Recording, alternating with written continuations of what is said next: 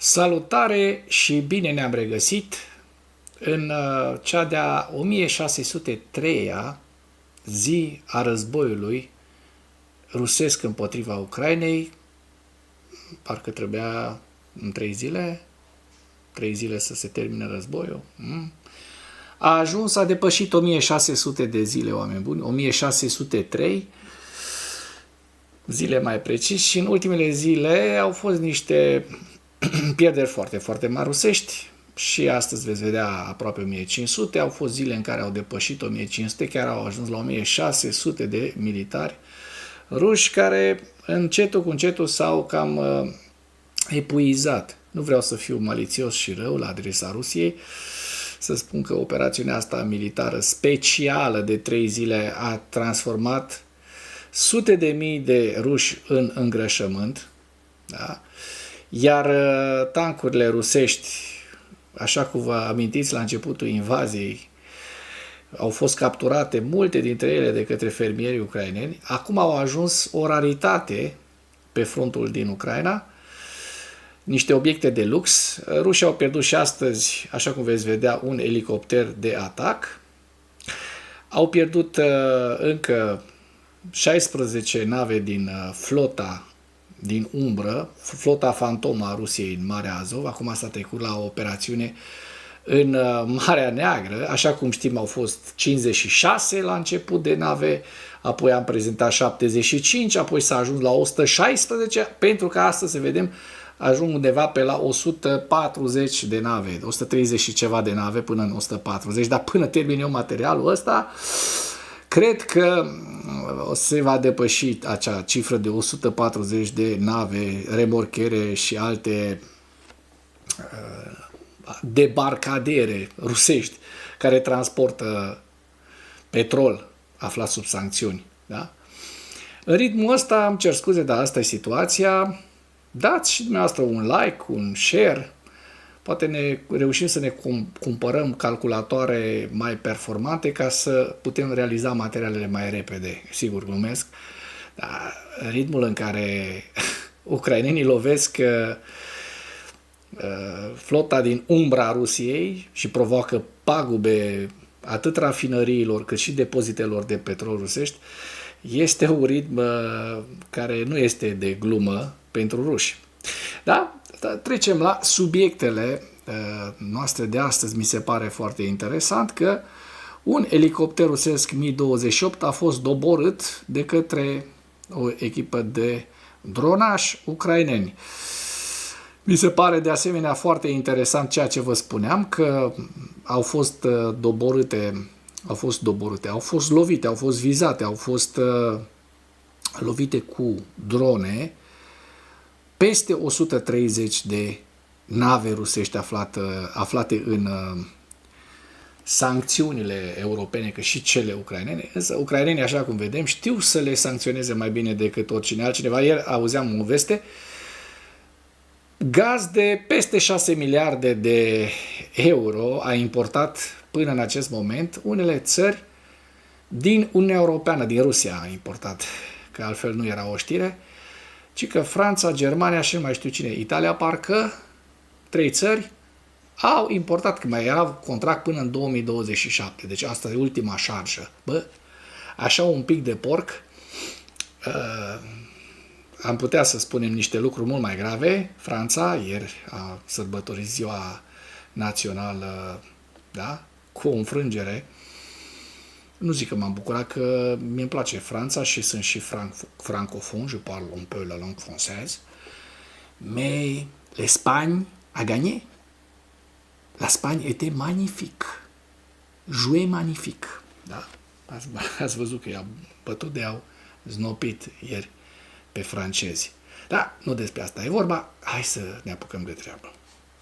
Și iată, oameni buni, avioanele de luptă, dronele de luptă, dronele de atac ale SBU, serviciului ucrainean, au doborât un elicopter rusesc Mi-28 în regiunea Belgorod. Magyar Brody, deci șeful, comandantul forțelor sistemelor fără pilot din SBU, ia la bășcălie și spune că Vânătorul de noapte, referindu-se la elicopterul rusesc, a ajuns cu nasul în pământ, la un fel de... a lovit de praful, s-a luat de el. Avem imagini foarte sugestive, dar prefer să vi le prezint dincoace. Mi se pare foarte, foarte drăguț acest material. N-are sonor. Îl dăm un pic mai în față ca să nu stăm degeaba. Se văd cele două elice ale dronei și acum în această imagine sus se vede elicopterul rusesc vizat de dronele ucrainene. Așa cum veți vedea, o dronă îl va lovi în codiță. Iată. Încă another one bites the dust, cum s-ar zice, pe la noi. De asemenea, mi se pare foarte interesant următoarea știre. Ursula von der Leyen și lideri din Moldova, România, Slovenia, Muntenegru, Serbia și Albania au sosit la Kiev. Nu știm încă scopul vizitei și acest lucru nu a fost anunțat, dar ci că președintele Albaniei vizitează Ucraina pentru prima dată. Da, ceea ce vă spuneam, ieri, pe la orele astea, dar pe dimineață mai precis le-am văzut, am văzut acest material. Este un material foarte, foarte sugestiv în care ni se prezintă încă 20 ceva de vase rusești, de la 95, mi se pare, au ajuns la 116. Ajunseseră acest record, ajunsese azi dimineața acest record și acum le vedeți în această imagine cum rând pe rând ne sunt prezentate, bubuite, cele 116 nave, acest bilanț negru pentru Rusia, lovite de către dronași ucraineni, forțele sistemelor fără pilot ale Ucrainei în Marea Azov. Da, nici nu bine se termină isprava asta, dar vă las totuși. Mi se pare foarte antrenantă muzica și da, știrile din Reuters, știrile din presa internațională, imaginile foarte sugestive. Da. Pac, pac, pac, iată drona de tip Luti, una mai mare, care lovește o rafinărie de petrol. Da. Și acum ia uite-le, începe numărătoarea. Mai au rușii nave sau vor trimite plute în curând, vor face export cu plutele. Mi se pare foarte interesant, dar asta nu-i tot. Era să o ratez și bine că am realizat materialul mai târziu, după orele 3, orele 15, să nu credeți că mă trezesc cu noaptea în cap dimineața pe la 3 să fac materiale de genul ăsta, nu, deci după orele 15 apare știrea: forțele sistemelor fără pilot ale Ucrainei au lovit peste noapte 20 de nave ale flotei din umbră rusești în Marea Neagră, 17 petroliere, ce vă spuneam, 2 nave de transport, gaze și un remorcher. Comandantul maghiar Brody a declarat că faza din Marea Neagră a operațiunii Molocca a început. Deci s-au băgat băieții și în Marea Neagră. Din 6 iulie, forța spune că a lovit 136 de nave. Mă rog, astea sunt în total 136 de nave. Să facem un pic mai încet, totuși, că nu ne mai înțelegem. Nu ne mai înțelegem om cu om, da? Deci 116 erau, a început numărătoarea, așa cum vedeți, 117. Explozia nu mi se pare una foarte, foarte mică. Mi se pare că arde cam ca o torță în nava asta și nu știu dacă nu o parte dintre aceste nave nu ajung să se și scufunde la un moment dat, având în vedere amploarea daunelor care sunt prezentate. Iar iată nava cu numărul 118 din flota rusească sancționată, din flota rusească din umbră. Da? Wow! N-a fost o explozie deloc nesemnificativă, cum s-ar spune, și vedem de asemenea că această navă rusească arde precum o torță. 119, da? Numărăm așa, le luăm pe rând, pentru că astea sunt știri proaspete. Este o știre care a apărut acum, să zic, 10-15 minute și pe care vă prezint în premieră. Nu știu dacă până pe la 5, când dau drumul la material, ajungeți să vedeți toate aceste materiale, deci din altă parte, da, eu fac datoria, iată, 120, 121, de acum încolo numărătoarea devine mai 122, mai rapidă, deci nu ne plictisim.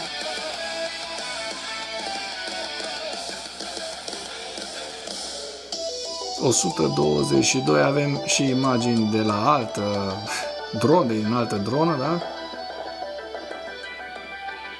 Dacă vede că n-a lovit-o destul și flama nu este destul de mare, ciuperca de foc, mai bag o dronă, 123, iată 124, încetul cu încetul ne apropiem de cele 136, iată 125, muzica e cam tare, hai să o mai reducem din volum, 125, și aici cred că mai dublează o dronă între timp, da? 126,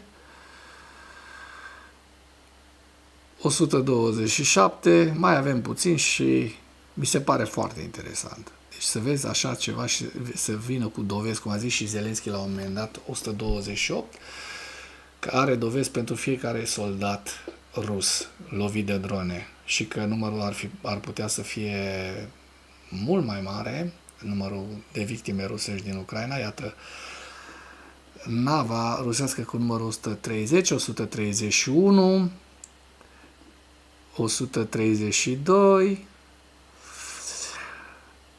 Sunt foarte mari îngrijorări că rușii, după toate aceste bubuieli ucrainene, 133, vor escalada în vreun fel războiul. Da? Eu, sincer, nu cred că 133, nu cred că rușii vor folosi arma nucleară în Ucraina, pentru că atunci până și chinezul o să se îndepărteze de Rusia. 135 și am ajuns la nava cu numărul 136, nava rusească sancționată de ucraineni. Dacă apreciați munca și doriți să ajutați canalul Animatura, nu ezitați să distribuiți aceste materiale, să comentați pe marginea lor și, bineînțeles, să vă abonați. Iată, totul este conform planului, spun rușii. Autoritățile din Bașcorostanul rusesc, au declarat că atacul de azi asupra rafinăriei din regiune nu va afecta aprovizionarea locală cu combustibil. Declarația a venit după ce unități cheie de procesare primară din cadrul instalației au fost lovite în timpul acestui atac. Da? Și vedem în aceste imagini Ucraina, că a lovit unitățile AVT-6 și AVT-4 de la rafinăria Gazprom, Neftechim Salavat, la 1400 de kilometri doar de Ucraina. Aceasta reprezintă 100% din capacitatea de procesare primară a uzinei, totalizând 10 milioane de tone de petrol pe an. Da? Se vede din această hartă a celor de la Saibor Boroșno. Și de asemenea, vedem că Zelenski a declarat că și rafinăria din Afipski, Krasnodar, a fost bubuită, lovită de către ucraineni. O vedeți foarte bine în această imagine.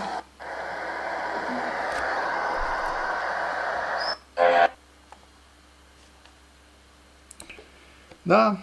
Și aici avem imagini mult mai sugestive atacului cu drone ucrainene care a incendiat această rafinărie din Salavat, Bașcortostanul rus. Nu reușesc să pronunț Bașcortostanul ăsta, tot îl greșesc.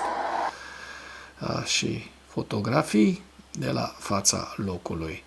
Trecem la ziua 1603 a războiului din Ucraina.